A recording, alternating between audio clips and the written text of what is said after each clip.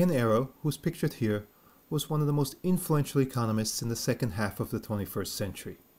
In the 1950s, he co-authored the definitive proof of the first welfare theorem, laying the groundwork for how the discipline of economics would evolve into sub-disciplines over the succeeding decades.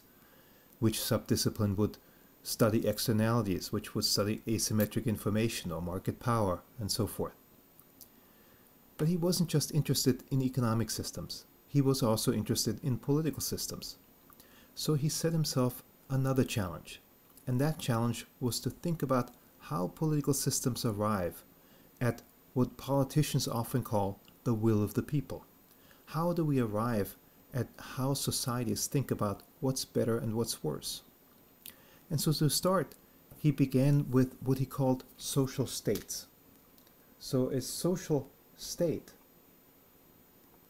is just a complete description of what a society looks like once the government has done what we ask it to do. It doesn't just cover laws about economic interactions, but it covers all sorts of laws that we ask governments to think about and possibly legislate. Laws about abortion, or gay rights, or the environment, or racial justice. Any law that you can think of could be part of a social state. So these social states could be many. There could be a social state A, B, C, and so on and so forth. And in each social state, there's a different set of outcomes. And those outcomes are full descriptions of what the society looks like. Individuals have preferences over these social states. So we begin with individual preferences. So individuals have preferences over these social states, A, B, C, and so forth. In other words, they can tell us whether they prefer A to B or B to A. They can tell us whether they prefer C to B to A, and so forth. So individuals have preferences over these social states in much the same way that individuals have preferences over goods. So what we mean by preferences here is very similar to what we meant by preferences when we talked about consumers having preferences over different bundles of goods, except now they have preferences over social states, the complete outcome of what the society looks like. So the question then is, how do societies aggregate those individual preferences of all the citizens, where individuals disagree about all sorts of things, into one social preference ordering?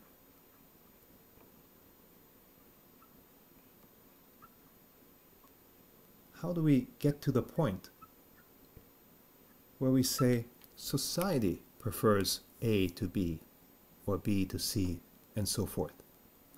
So he was interested in the mapping from all these individual preferences to a social preference ordering. Or more formally, he was interested in what he called a social choice function. A function that simply takes individual preferences and turns them into a social preference ordering through a political process. So the social choice function takes the set of individual preferences,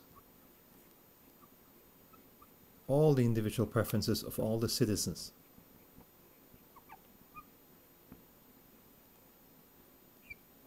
and turns them into a social preference. The challenge is, how do we do this aggregation? How do we get from here to here?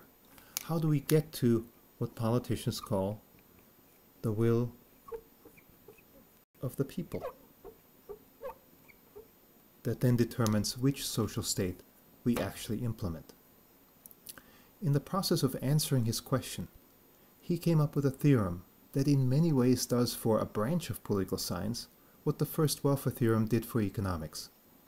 It lays the groundwork for much future work to be done, and we'll get to that theorem in the next module.